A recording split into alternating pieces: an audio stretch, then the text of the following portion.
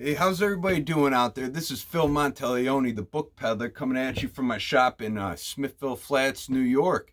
And I want to make a little video on magazines, basically. Are my magazines worth money? My experiences and how I've learned the best ways of how to sell them. Once again, if you haven't, I hope you like and subscribe to my YouTube channel, The Book Peddler, and I hope you find some value in this video. So today I've been going through magazines and journals and whatnot and putting them up on my seller site, and I figure why not make a video on what I've learned throughout the years doing this, of what tends to work best and how I see faster turnover when I sell magazines. Now, there hasn't been a book pick I've been on that I can remember where there hasn't been some type of magazine or journal issue.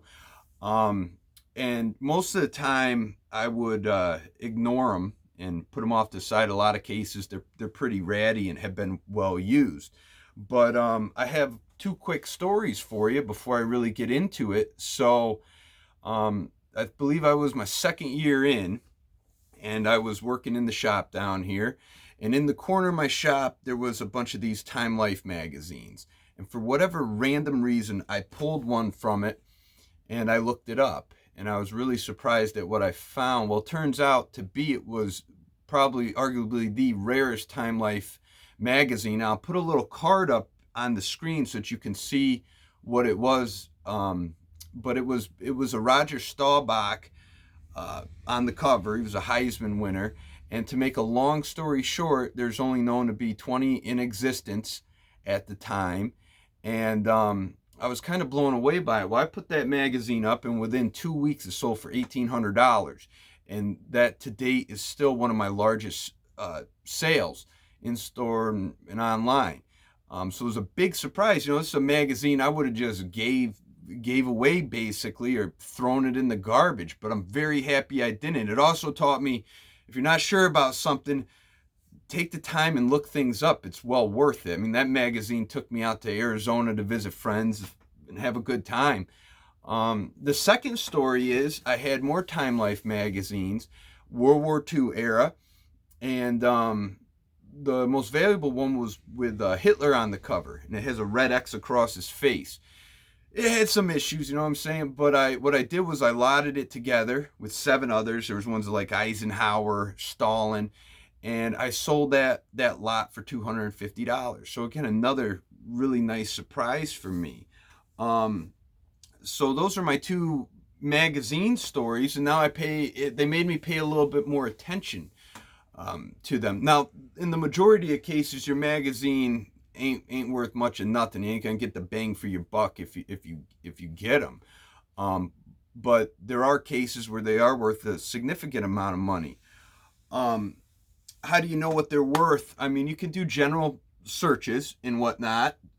Google, of course. You can look at eBay's past sales. There's also auction sites. But again, what really helps is just having that education in handling the material. Nothing can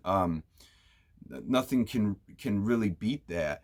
And so basically, usually I'll get phone calls from people, and they'll be like, I had National Geographics or I have Playboys. And if I'm on the phone, I'm rolling my eyes because everybody does, it seems to be. In the majority of cases, they're not worth a dime. Maybe get some heat off them, burn them, but they're a little tough to burn too. So, but basically, every type of journal or magazine has a couple in the publication that are worth a significant amount of money. So with National Geographic, it'll be that earliest one, the 1888, first one. I think it's sold for thousands of dollars. I have a reference site, specifically National Geographic, that I'll link up so that you can check out past sales and values. So when you're going through the National Geographics, if someone has a big allotment of them, you can do it quickly and scan through and just find those particular dates, like that 88 to 1913. In that range, it's going to have some value. And then you make an offer accordingly, of course. They want them all gone. You take into factors of consideration. Playboys as well. Everyone has Playboys, But that Marilyn Monroe first issue, if you do your homework ahead of time, or even on your off time, you're looking for that Marilyn. You wear your gloves, you go through them, you put one off to the side for yourself. And that Maryland first issue, off the top of my head, is probably like $2,000. Condition pending. And you also find other names in your research, maybe Jenna Jameson. I don't really know what the stars are in those things, and you're probably saying, sure you don't. But anyhow, that's the point though, is do your homework and find those particular issues, and you're going to get a big nice return on them. Now remember, collectors want the most pristine copies. So condition is everything in this line. Most of you probably know that already, but you got to reinforce it, that everything has a fact. There's the corner wears, the edge wear, if there's clippings out of it, so go through it. Now, how do I sell my magazines? I've from my experience, piecemealing them out has been the best. And I have another story for you. I had these double gun journals. Give me a minute, I'm gonna grab one. I had these double gun journals. Okay, they look like this. They're beautiful, beautiful books. The first publication was in 88. Look at the big glossy pages, nice gold inlay. They printed 4 a year.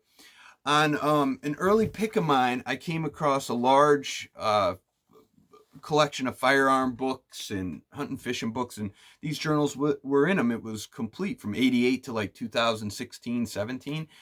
And I didn't really know what I was getting myself into, but I bought them all. And I put them up at the full set for $1,200. Undercut everybody for full sets. But the thing is they sat for 3 years. Fast forward 3 years, I get another call. I'm in Western PA with a similar type of pick, and they had these journals there. And I was like, gosh, I really don't want them. I don't want to get wrapped up. I already have, 140 journals.